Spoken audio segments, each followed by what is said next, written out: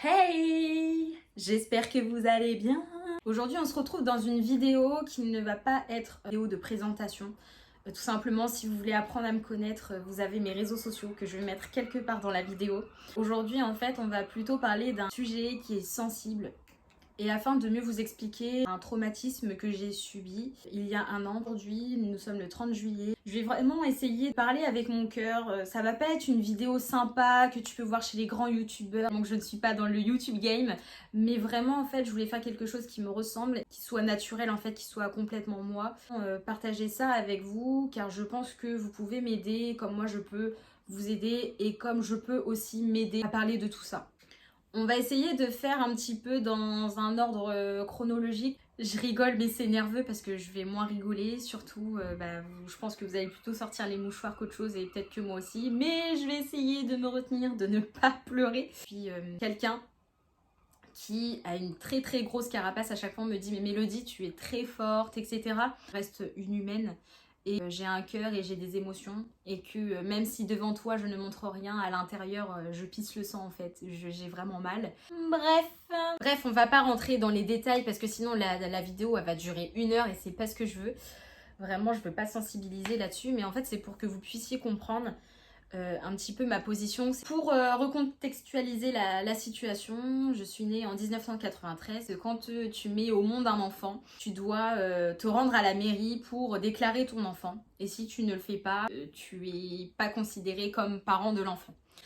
Et en fait, ce qui s'est passé, c'est que ma mère m'a mise au monde seule. La conclusion de ce départ de cette situation, c'est que mon père ne m'a pas reconnue à la naissance. Qu'elle-même avait perdu son père, mais avait toujours sa mère. Donc vraiment, en fait, on est dans une lignée très féminine où ma grand-mère était très là pour nous et soutenait ma mère, entourée de femmes de ma mère, de ma grand-mère. Sauf que ma mère est malheureusement sans emploi et elle doit m'élever seule, entourée de ma grand-mère qui, elle, a perdu son mari. Et en fait, je pense qu'on s'est formé une espèce de boucle toutes les trois. On ne va pas craquer ici, c'est que le début. Désolée. Au fur et à mesure des années, ma mère se rend compte que c'est difficile d'avoir un enfant, enfin d'élever un enfant seul, même si entourée de ses sœurs et de ma grand-mère.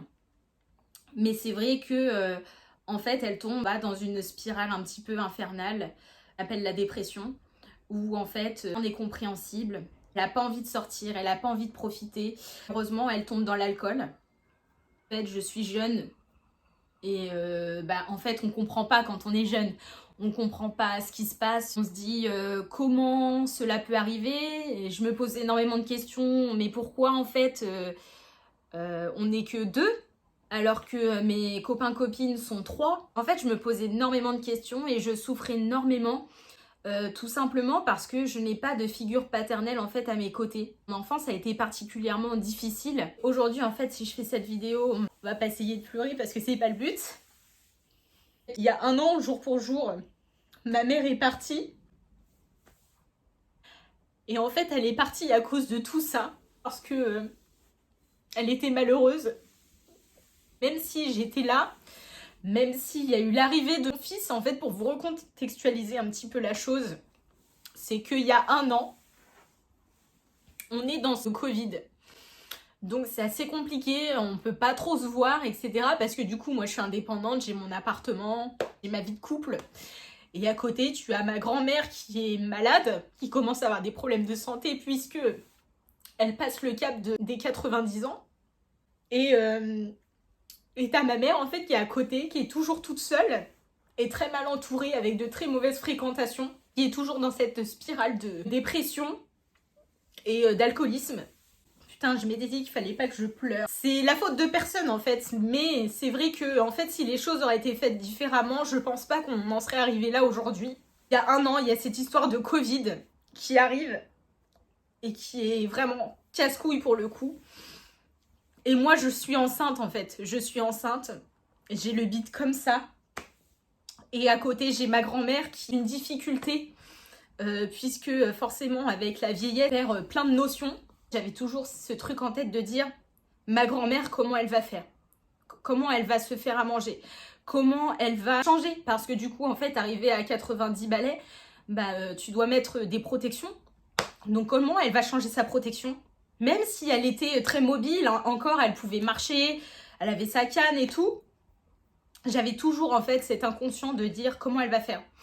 Ma mère était pas très loin de chez elle, mais en fait elle était malade. Elle était dans cette spirale depuis des années de dépression et d'alcoolisme, que du coup en fait depuis des années elle s'occupait de moi, elle s'occupait de ma grand-mère entre autres, parce que elle avait perdu son mari, donc elle essayait d'être présente comme elle a pu. En fait, je me sentais redevable, parce que je me dis en fait, ma mère n'ayant pas d'emploi pendant des années, ma grand-mère a participé en fait un peu à mon éducation, mais aussi au fait que je mange. Ma mère n'avait pas forcément les moyens, même elle m'a aidée aussi pour certaines études, parce que ma mère n'avait pas les moyens.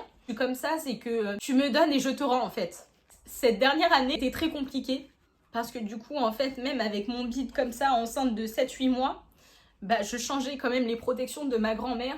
Là-dessus, j'ai aucun regret, j'ai été là pour elle jusqu'au bout. J'ai ma mère qui n'est pas bien. Au passage, en fait, m'alerte que va vraiment pas bien. Elle a beaucoup de température qui monte quasiment jusqu'à 40. Elle va voir le médecin qui lui fait automatiquement des radios, etc. Parce qu'en fait, on pense tout de suite au Covid. Forcément, on est dans une pandémie. En fait, moi aussi, d'un côté, je me protège parce que je suis enceinte. Ce qui se passe, en fait, c'est que je subis un accouchement qui est pas terrible, puisque au final, j'ai accouché. Mon mari devait partir, il ne pouvait pas rester puisqu'on était en pleine pandémie, alors que le gynéco m'avait dit que c'était ok, qu'il pourrait rester, mais qu'au final il pourrait pas faire des allers-retours, rentrer, sortir. Ça s'est pas du tout passé comme ça. Ayant subi une césarienne, pour le coup, en fait je suis restée seule pendant 5 jours avec un bébé. Et ensuite vient le retour à la maison. Et bien évidemment, j'informe ma mère, ma grand-mère, comme quoi ça y est, j'ai accouché, etc. Bref. Et ma mère, je sens que ça va pas. Pendant des mois, donc on est aux alentours d'avril, pendant des mois, elle est pas bien. Elle fait de la température, et puis 15 jours après, ça recommence, etc. Et en fait, elle commence à faire des batteries d'examen, etc. Il détecte rien. Ne serait-ce que peut-être un peu d'emphysème parce qu'en fait, elle fumait. Elle réussit à faire un test Covid parce que du coup, c'est les débuts des tests, je crois. Et le test Covid est négatif. Sauf qu'en fait, le problème est toujours là, c'est qu'elle fait beaucoup de température, elle tousse, elle a des rhumes, enfin, il y a quelque chose qui ne va pas. Et là, nous arrivons en pleine période de vacances, donc c'est-à-dire entre juin et juillet, où le médecin part en vacances, même s'il y a des remplaçants, etc. Mais en fait, on est dans une période où on est concentré que sur le Covid. Au final, toutes les personnes qui ont des problèmes à côté, en fait, passent, mais outre. En fait, moi, c'est un petit peu ça. J'en veux un petit peu à la médecine parce que même si peut-être ça n'aurait rien changé, mais on aurait gagné du temps et vous allez comprendre pourquoi je dis ça. C'est que, en fait, on était tellement obsédés par ce Covid, ce putain de Covid de merde, que on ne s'est pas en fait concentré sur les personnes qui avaient des opérations pour autre chose ou qui étaient importantes, ou les personnes qui avaient des symptômes de je ne sais quoi et qu'au final, si le résultat Covid était négatif, oh c'est rien, ça va passer, prenez du Doliprane et c'est tout. Et ce qui fait qu'en fait, ma mère a été très mal soignée. Bref, on en a marre, on a envie de profiter. Les beaux jours arrivent, il fait beau, on veut aller à la plage. Et donc là, en fait, je suis trop contente parce que du coup,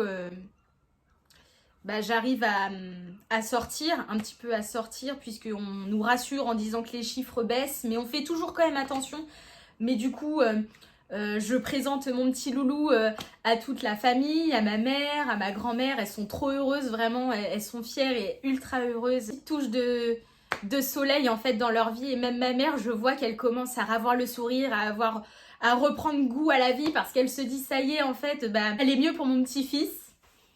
Oh putain, je sais pas si je vais aller au bout de cette vidéo, mais on va profiter un petit peu du beau temps, de la plage, etc. C'est la première fois que mon fils va à la plage et je partage en fait des petites photos avec tout le monde, dont ma mère en fait, je lui envoie des photos où elle me répond qu'elle est trop contente, etc.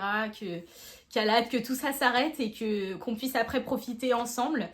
Et elle est toujours en fait dans cette spirale-là de la fièvre et de la température, je tousse, etc. Et après, je vais mieux.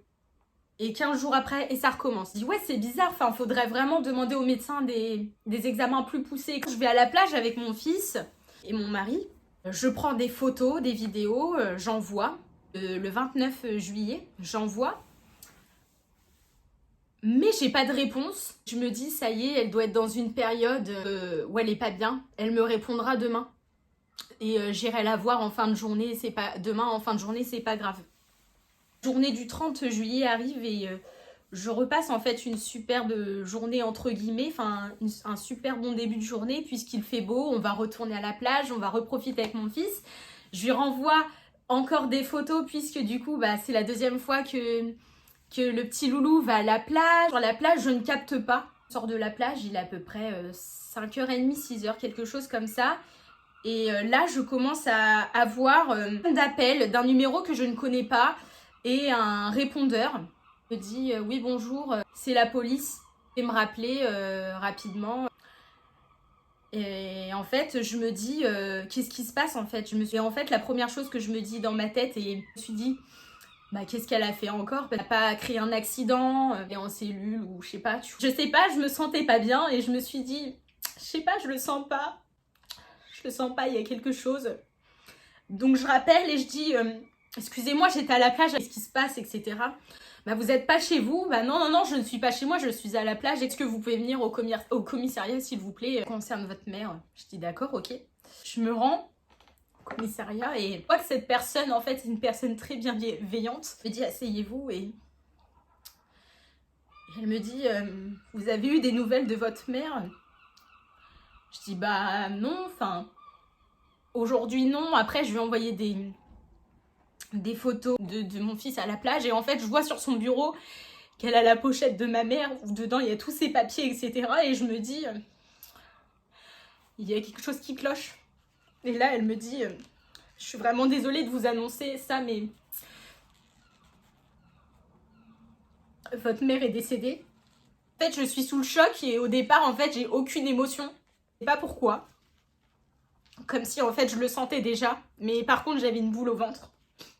Les photos que je lui ai envoyées de son petit-fils à la plage, j'ai vu qu'en fait, elle avait vu les photos. Le lendemain, en fait, il n'y avait plus personne. Elle était déjà partie. Dans son sommeil. En fait, je commence à tout comprendre et je me dis, mais en fait, du coup, qu'est-ce qui s'est passé? Bah, en fait, le cœur s'est arrêté. Donc, en fait, le cœur s'est arrêté du jour au lendemain. Il s'avère que tout ce qui a fait l'hygiène de vie, qui a fait que le cœur s'est arrêté. Qu'en fait, il y avait on va dire, une maladie pulmonaire, cardiaque. Enfin, à l'heure d'aujourd'hui, c'est encore un peu flou. Voilà ce qu'on me fait comprendre, c'est qu'en fait, il y avait déjà pathologie qui était là. Et qu'en fait, bah, rien ne s'est vu. Parce qu'au final, elle faisait des bilans sanguins, vraiment des bilans tous les ans. Elle faisait des prises de sang assez souvent. Dernièrement, avec son problème de je fais de la température, j'ai un rhume, machin truc. Enfin, rien ne s'est vu. En fait, les recherches n'ont pas été assez poussées. Parce qu'en fait, je pense que si au niveau de l'emphysème, les recherches avaient été plus poussées, on aurait découvert ça. Elle aurait été là plus longtemps. Et en fait, là, tout s'arrête, tout s'écroule.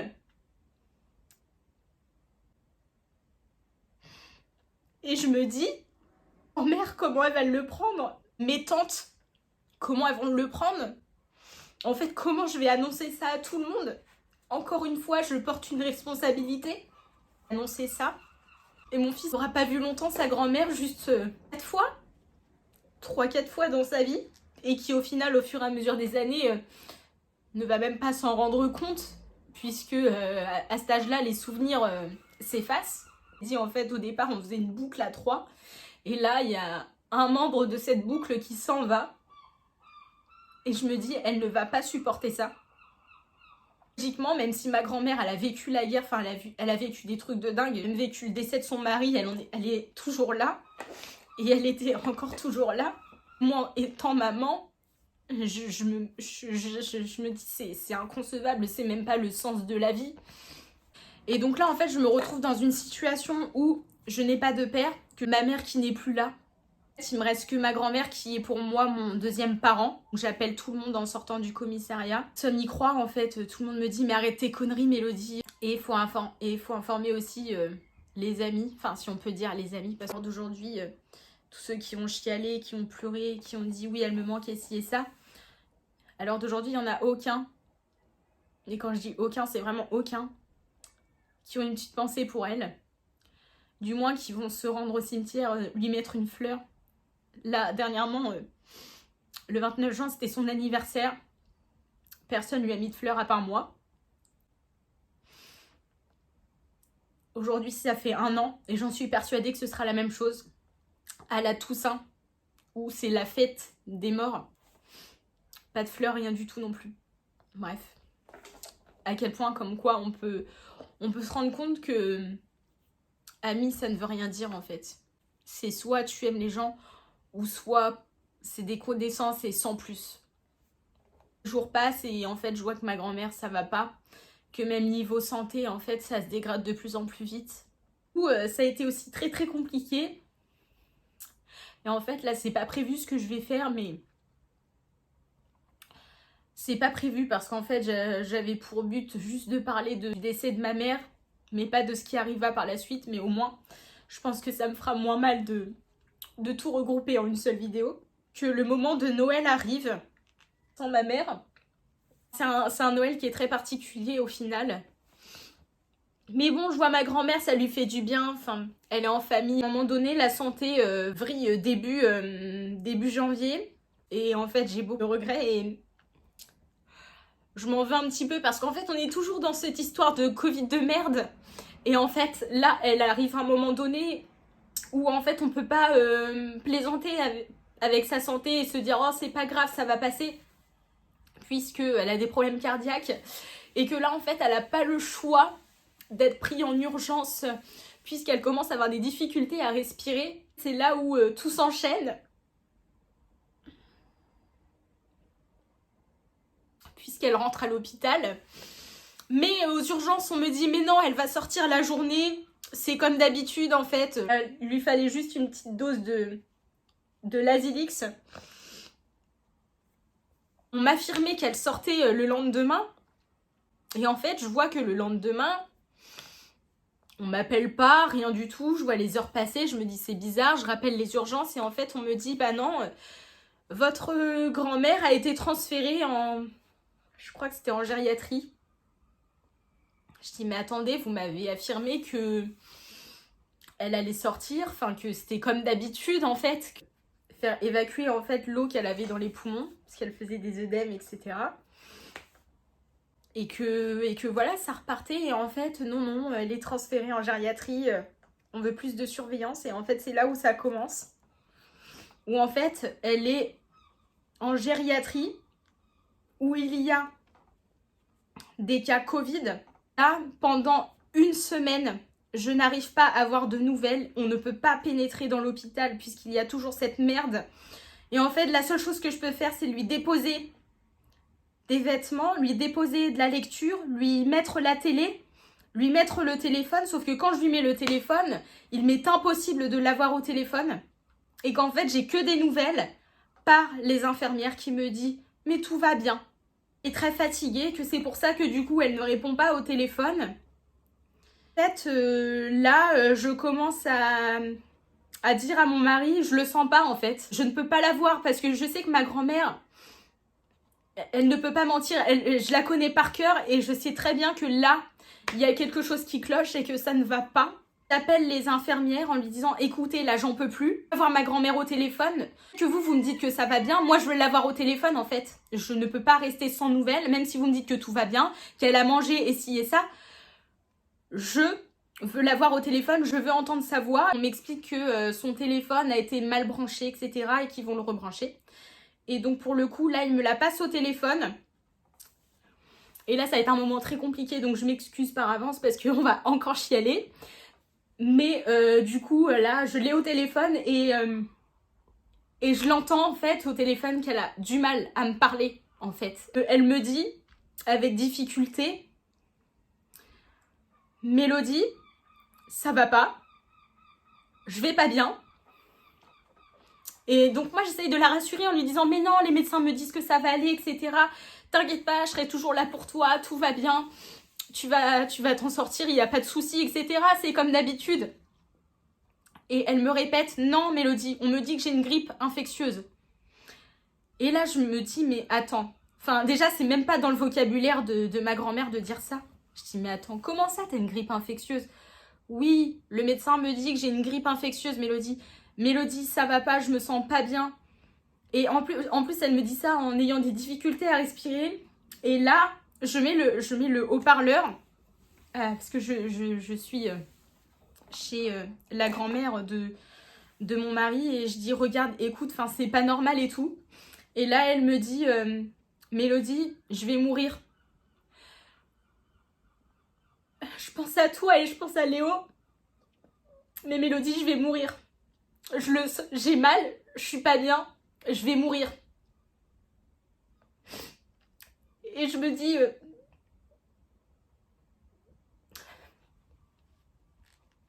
Et moi, en fait, je suis en train de la rassurer comme je peux. Non, t'inquiète pas, ça va aller. Déjà, je vais rappeler les infirmières pour... c'est quoi cette histoire de grippe infectieuse et tout. Et en fait, elle me répète ça en boucle. Je pense à toi, je pense à Léo. Je vais mourir. Je rappelle les infirmières qui disent mais non, tout va bien. Elle a mangé. Elle est juste fatiguée. Elle a juste voulu vous faire peur. Je dis mais c'est quoi cette histoire de grippe infectieuse? Pourquoi elle me dit ça? C'est même pas son vocabulaire. Enfin, ça viendra même pas d'elle-même de dire ça. Elle l'a entendu quelque part. Mais non. Elle a voulu vous faire peur. Voilà ce qu'on m'a dit. Elle a voulu vous faire peur.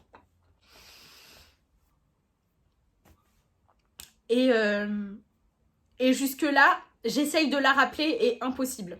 Je dis, attendez, moi là, je veux prendre rendez-vous avec le médecin, c'est pas possible. Enfin, il y a quelque chose qui va pas, c'est pas possible. Et là, le médecin m'appelle le lendemain, parce que c'était des rendez-vous téléphoniques. Et elle me dit, elle s'en sortira pas cette fois-ci. Compliqué. Que en fait elle va m'organiser une visite pour la famille et qu'en fait ce sera la seule et dernière visite. En fait je me dis il va falloir encore une fois que j'ai la responsabilité d'annoncer ça en fait à ma famille. La seule et dernière fois et que après dans les jours qui suivent c'est fini quoi. Compliqué niveau organisation. Donc je rappelle le médecin en expliquant que au final la visite qu'elle m'a proposée, si c'était possible exceptionnellement de organiser 2 visites, une visite pour moi où je serai seule et une autre visite où il y aura mes 2 tantes, il n'y a pas de problème, etc. Et que par contre il fallait faire très attention parce qu'il y a du Covid, on ne pourra pas revenir plusieurs fois parce que dans le service il y a des cas Covid, etc. Enfin que c'était dangereux. Etc. Et donc j'y vais le surlendemain. Et là en fait je vois ma grand-mère en fait pour moi qui n'était déjà plus là, en assistance respiratoire, et qui pour moi n'était plus là. Pour moi elle était déjà partie. Je savais pas en fait si je parlais à un mur ou si elle m'entendait. Un geste qui me surprend alors qu'elle a des difficultés à respirer, qu'elle est allongée et quasiment inerte, on lui fout un masque sur la gueule. Moi j'avais mon masque et en fait on lui fout un masque. Pas là dans la chambre elle avait pas de masque, alors pourquoi en fait on lui refout un masque sachant que moi-même j'ai un masque? Et peut-être qu'il y a des gens qui vont me comprendre et peut-être d'autres pas, mais en fait vous voyez la contradiction, elle est sous assistance respiratoire, elle a des trucs dans le pif et on lui fout un masque. En fait, je perds ma mère le 30 juillet 2020 et je perds ma grand-mère le 16 janvier 2021. Et là, en fait, c'est là que tout se bouscule dans ma tête. Parce que le 16 janvier, en fait, on m'appelle tôt le matin pour me dire que elle est partie. Le but de cette vidéo, c'est vraiment de déjà sensibiliser les êtres qui sont encore vivants et de profiter en fait de chaque instant, et que même si vous êtes en conflit avec des parents, des membres de votre famille ou autres, en fait, à un moment donné, soyez intelligents et passez outre et profitez.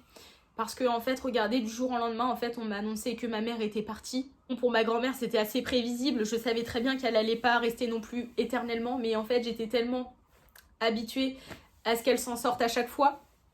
Et que là, en plus, on était dans une période de Covid où c'était assez compliqué, même ne serait-ce que pour rendre visite, etc. Que je n'ai même pas pu être là pour ces derniers jours. Donc vous voyez, j'ai un sentiment de culpabilité qui est énorme. Parce qu'au final, je me dis que une semaine et demie avant, elle était dans son fauteuil en train de manger son yaourt, que tout allait bien. Et qu'en fait, en une semaine, tout a basculé. Et qu'en plus, elle me disait non, je veux pas aller à l'hôpital, etc. Et qu'en fait, c'est moi qui l'ai forcée à se faire soigner. Enfin, du moins, à aller à l'hôpital. Pour qu'au final, on me dise non, tout va bien, il n'y a pas de problème. Et elle qui m'annonce d'elle-même, et parce qu'elle le sait, qu'elle va mourir, en fait. Vous voyez, enfin, je suis dans un positionnement qui est particulier, parce que du coup, en fait, je perds 2 personnes qui sont très chères à mes yeux. Et d'un côté, bah, j'ai mon fils qui a quelques mois, en fait, dont je dois m'occuper avec mon mari, mais qui me rend tellement d'amour tous les jours. Enfin, vraiment, un enfant, je pense que ça change complètement la vie. Mais c'est vrai que, pour vous dire un petit peu mon état psychologique, c'est que je fais sans cesse le yo-yo. Et que, en fait, dès l'instant où je suis très fatiguée, par exemple, comme aujourd'hui, je pleure, je me morfonds, et j'arrive pas à voir des choses positives. Et en fait, jusqu'alors, on va dire psychologiquement, j'arrivais à tenir le coup parce que en fait, je me noyais, et c'était vraiment le mot, je me noyais dans le travail. C'est-à-dire que plus rien ne transparaissait, puisque j'étais occupée avec le travail. En fait, je n'ai plus aucun parent. Mon père, j'en avais pas. Ma mère était malade et elle est partie. Ma mère, qui était pour moi mon deuxième parent, est partie aussi. Donc en fait, je me retrouve orpheline avec un bébé. Et la vie ne s'arrête pas, tout simplement parce que je dois être forte pour lui et que j'ai encore plein d'autres choses à vivre avec lui. Mais que pour moi, en fait, les moments avec mon fils sont tellement essentiels. Je suis en train de me battre pour lui vraiment de l'intérieur. J'ai même songé à voir une psychologue. Vraiment, j'en parlais énormément avec mon médecin, avec qui on s'entend bien. Et elle m'a envoyé voir un psy, etc. Mais ça n'a rien donné. Et que j'étais dans le processus normal du deuil. Alors que aujourd'hui, nous sommes en juillet 2021. Ça fait 1 an que j'ai perdu deux êtres chers. Que je suis toujours au même stade. Que ça n'avance pas. Je suis toujours dans le déni. Et cette vidéo pour... déjà pour que vous preniez conscience que la vie ne tient qu'à un fil et que tout peut s'arrêter du jour au lendemain et que en fait soyez là vraiment pour vos proches, malgré leurs défauts, malgré qu'ils soient drogués, alcooliques, boulimiques, anorexiques. Vraiment rien n'arrive au hasard, parce qu'en fait je me dis que si ma mère était mieux entourée, peut-être qu'elle serait sortie de la dépression et que j'aurais pu vivre beaucoup plus de moments avec elle, et que du coup elle n'aurait pas fait de mauvaises connaissances et qu'elle serait pas tombée dans l'alcool et ci et ça. Enfin, il y a plein de choses. Et même des gens qui vous montrent leur détresse, soyez là pour eux et arrêtez de les juger ou de les rabaisser. De voir en fait que par vous, colère après eux, parce qu'en fait ils n'en font pas exprès. Parce qu'en fait ils sont pas bien. Ils sont pas bien, ils ont un mal-être. Et que ce soit surtout, et vraiment voilà, c'est un message que je veux faire passer. De l'autre côté, vous pouvez m'aider à sortir en fait de cette spirale infernale. Pour celles qui ont peut-être vécu des moments similaires, de comment en fait on peut sortir ou du moins de passer au cap supérieur, on va dire entre guillemets, du deuil. C'est une partie de moi que je voulais vous faire découvrir, finir là-dessus. Vous avez des vidéos un peu, on va dire, lifestyle. Enfin là, c'est plutôt séquence émotion. Mais si vraiment vous avez envie que je vous parle de plus ou moins de choses, même n'hésitez pas à dire en commentaire ce que vous voulez voir un peu plus sur la chaîne. Il va m'adapter. Sur ce, je vous fais gros bisous.